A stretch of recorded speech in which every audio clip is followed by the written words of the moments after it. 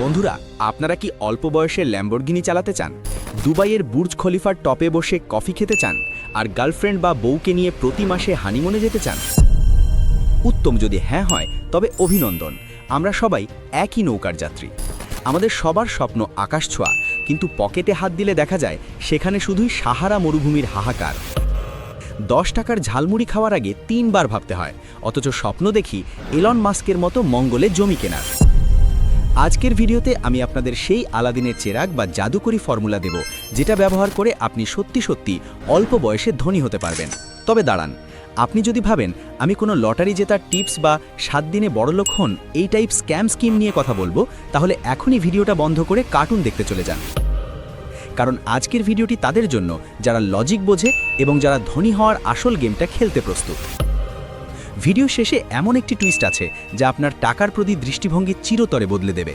তাই পপকর্ন হতে নিন, সিট বেল্ট বেঁধে নিন, ধনী হওয়ার রোলার কোস্টার রাইড শুরু হতে যাচ্ছে।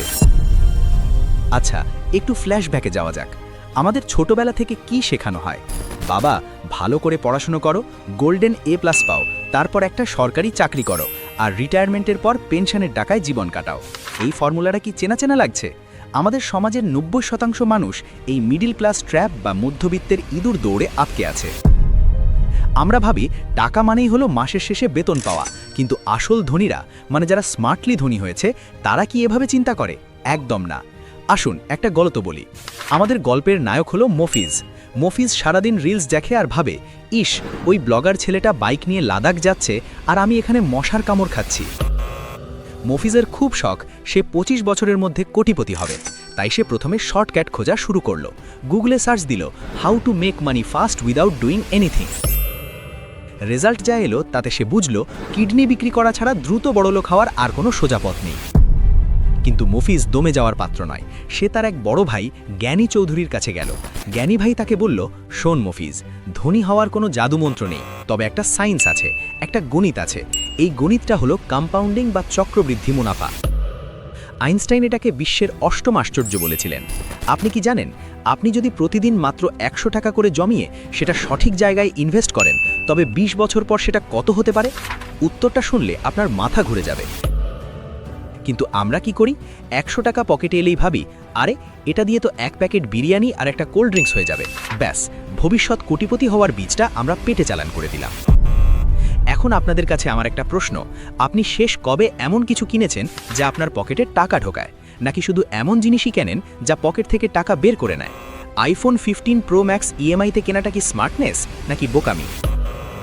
ধনী হওয়ার প্রথম ধাপ হলো অ্যাসেট বা দায় এবং লায়াবিলিটি বা দায়ের মধ্যে পার্থক্য বোঝা। খুব সহজ ভাষায়, যা আপনার পকেটে টাকা আনে তা হলো অ্যাসেট, আর যা পকেট থেকে টাকা বের করে নেয় তা হলো লায়াবিলিটি। মফিজ তার জমানো টাকা দিয়ে একটা বাইক কিনলো ভাব দেখানোর জন্য। এটা লায়াবিলিটি, কারণ বাইক তেল খায়, মেইনটেনেন্স চায়। কিন্তু মফিজ যদি ওই বাইকটা দিয়ে রাইড শেয়ারিং অ্যাপে ভাড়া খাটাতো, তবে সেটা হতো অ্যাসেট। আমাদের সমস্যা হলো আমরা বড়লোক হওয়ার আগেই বড়লোকই দেখাতে গিয়ে ফকির হয়ে যাই। লোকে কি বলবে এই ভয়ে আমরা ব্র্যান্ডের জামা কিনি, দামি রেস্টুরেন্টে খাই, কিন্তু নিজের স্কিল ডেভেলপমেন্টের জন্য 10 টাকা খরচ করতে গেলে আমাদের গায়ে জ্বর আসে। জাদুকরি formula number 2, high income skill. আচ্ছা ভাই, আপনি কি জানেন বিশ্বে এমন অনেক 22 বছরের ছেলে মেয়ে আছে যারা ঘরে বসে ল্যাপটপে কাজ করে মাসে লাখ লাখ টাকা কামাচ্ছে? তাদের কি শিং আছে? না, তাদের আছে skill. Video editing, coding, digital marketing, graphic design, এগুলো হলো বর্তমান যুগের তেলের খনি। আপনার ডিগ্রির কাগজ দিয়ে আপনি হয়তো ইন্টারভিউ বোর্ডে ঢুকতে পারবেন, কিন্তু কাজটা টিকিয়ে রাখতে এবং বসকে খুশি করতে স্কিল লাগবে। একটা মজার উদাহরণ দিই। ধরুন আপনি একটা সোনার ডিম পাড়া হাঁস পেয়েছেন। এখন আপনি কি করবেন? অপশান এ, হাঁসটাকে জবেহ করে সব ডিম একসাথে বের করবেন, নাকি অপশান বি, হাঁসটাকে ভালো খাবার দিয়ে প্রতিদিন একটা করে ডিম নেবেন? অধিকাংশ মানুষ অপশান এ বেছে নেয়। তারা টাকা পেলেই সেটা খরচ করে ফেলে। কিন্তু ধনীরা অপশান বি বেছে নেয়।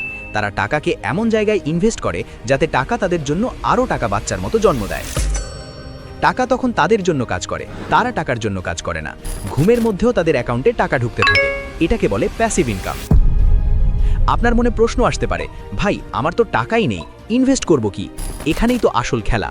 ইনভেস্টমেন্ট শুধু টাকার হয় না, সময়েরও হয়। আপনি দিনে কত ঘন্টা সময় ফেসবুকে স্ক্রল করে বা ক্রাশের প্রোফাইল চেক করেন? সেই সময়টা যদি আপনি নতুন কিছু শেখার পেছনে দেন, তবে সেটাই হবে আপনার জীবনের সেরা ইনভেস্টমেন্ট। ওয়ারেন বাফেট বলেছেন, the best investment you can make is in yourself.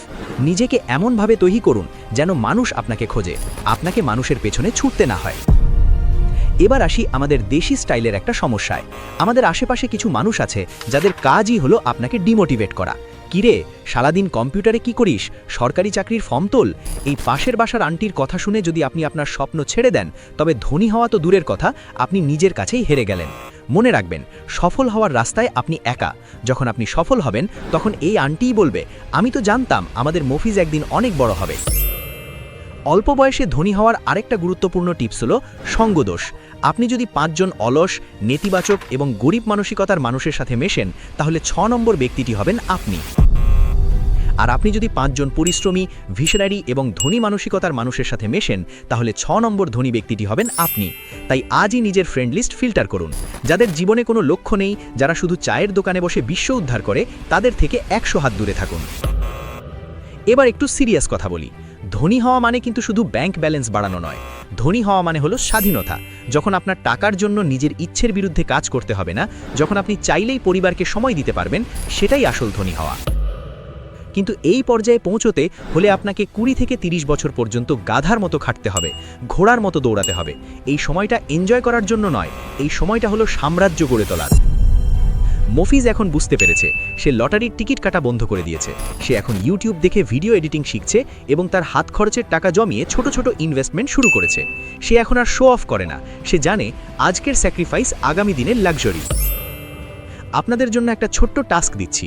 আজ রাতে ঘুমানোর আগে একটা খাতা নেবেন, সেখানে লিখবেন আগামী 5 বছরে আপনি নিজেকে কোথায় দেখতে চান এবং সেটার জন্য আজ আপনি কি কি পদক্ষেপ নিচ্ছেন।